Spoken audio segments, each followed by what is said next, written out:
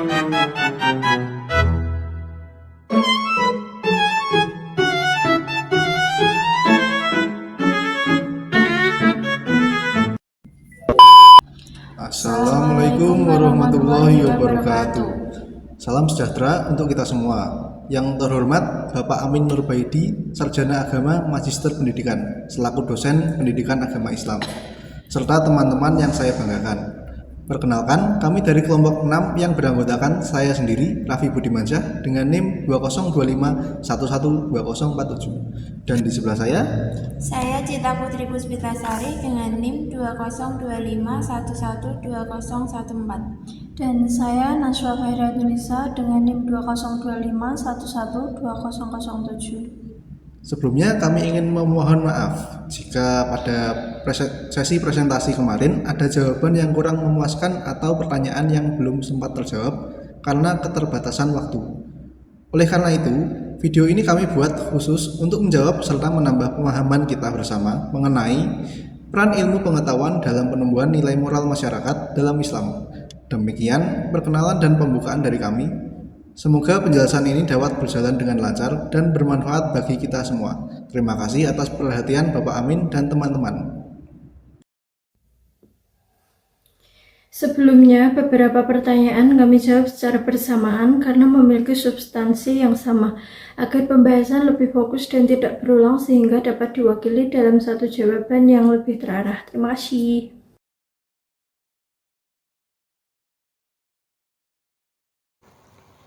Menjawab pertanyaan dari kelompok 1 akuntansi dan kelompok 9 manajemen.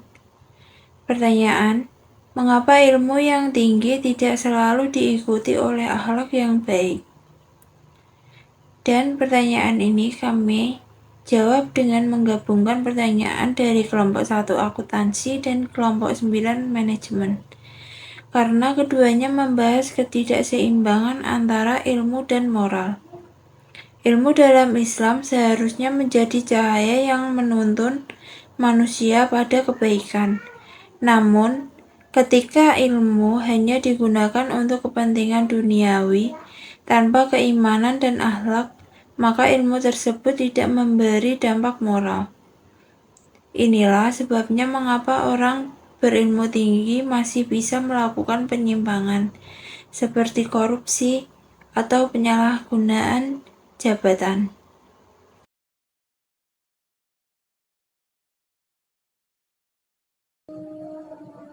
Menjawab pertanyaan dari kelompok 2 akuntansi dan kelompok 10 manajemen.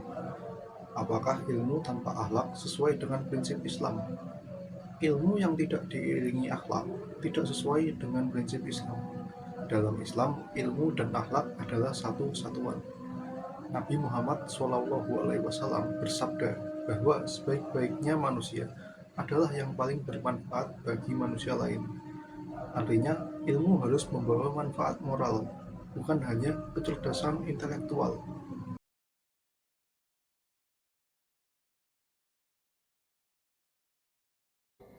Menjawab pertanyaan dari kelompok 8 manajemen dan juga kelompok 9 manajemen. Apa yang terjadi jika ilmu dan moral tidak berjalan seimbang? Ketidakseimbangan antara ilmu dan moral dapat menimbulkan berbagai permasalahan sosial. Ilmu tanpa moral dapat melahirkan kejahatan intelektual, sedangkan moral tanpa ilmu membuat masyarakat sulit berkembang. Oleh karena itu, keseimbangan keduanya sangat penting dalam kehidupan.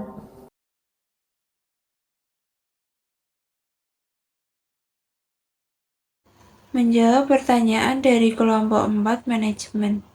Pertanyaan, apa yang dimaksud dengan ilmu pengetahuan dan perspektif Islam? Dalam perspektif Islam, ilmu adalah segala pengetahuan yang membawa manusia untuk mengenal Allah dan menjalani hidup sesuai ajarannya. Ilmu tidak hanya bersifat duniawi, tetapi juga spiritual dan berfungsi membentuk kepribadian serta akhlak manusia.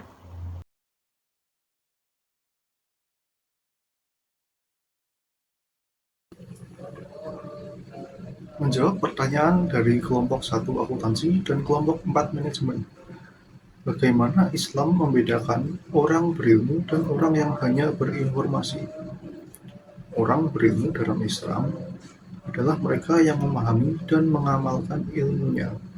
Sedangkan orang yang berinformasi sebatas mengetahui tanpa mengamalkan. Ilmu yang tidak diamalkan tidak memberi dampak moral bagi kehidupan.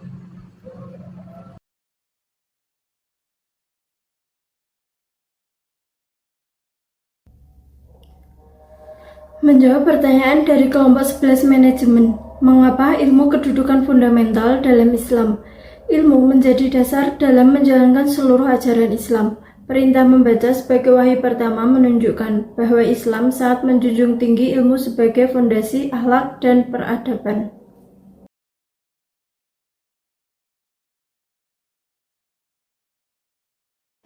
Menjawab pertanyaan dari kelompok 1 manajemen dan kelompok 3 manajemen.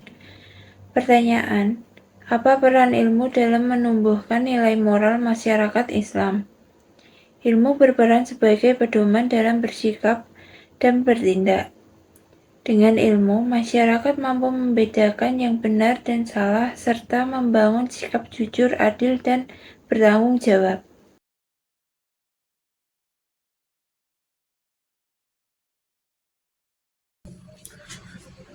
Menjawab pertanyaan dari kelompok 3 manajemen.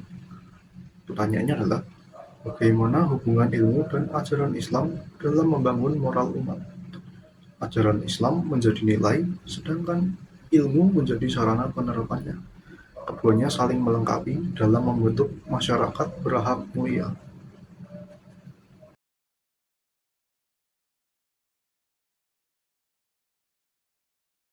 Menjawab pertanyaan dari kelompok 5 manajemen.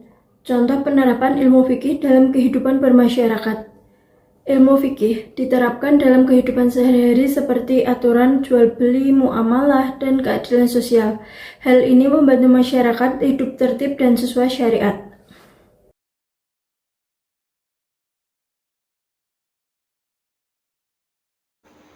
Menjawab pertanyaan dari kelompok 7 manajemen. Pertanyaan, apa manfaat memahami ilmu fikih bagi individu dan masyarakat? Bagi individu, fikih menjadi pedoman hidup. Dan bagi masyarakat, fikih menciptakan ketertiban dan keharmonisan sosial.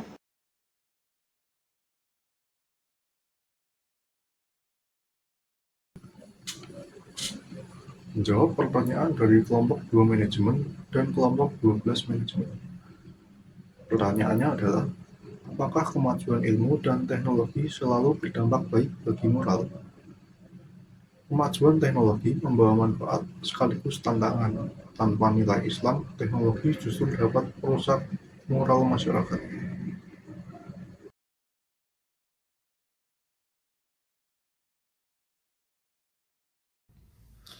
Menjawab pertanyaan dari kelompok 12 manajemen. Apa tantangan menjaga moral masyarakat Islam di era digital? Tantangan terbesar adalah arus informasi yang tidak terfilter. Oleh karena itu, ilmu dan akhlak harus menjadi benteng dalam menghadapi era digital. Sebagai penutup, ilmu pengetahuan dalam Islam tidak hanya bertujuan mencerdaskan tetapi juga membentuk akhlak. Ilmu yang diamalkan dengan benar akan membawa kebaikan bagi individu dan masyarakat. Terima kasih atas perhatiannya. Waalaikumsalam warahmatullahi wabarakatuh. Demikianlah jawaban-jawaban yang bisa kami sampaikan. Kami berharap penjelasan ini dapat memberikan pencerahan dan melengkapi diskusi kita sebelumnya.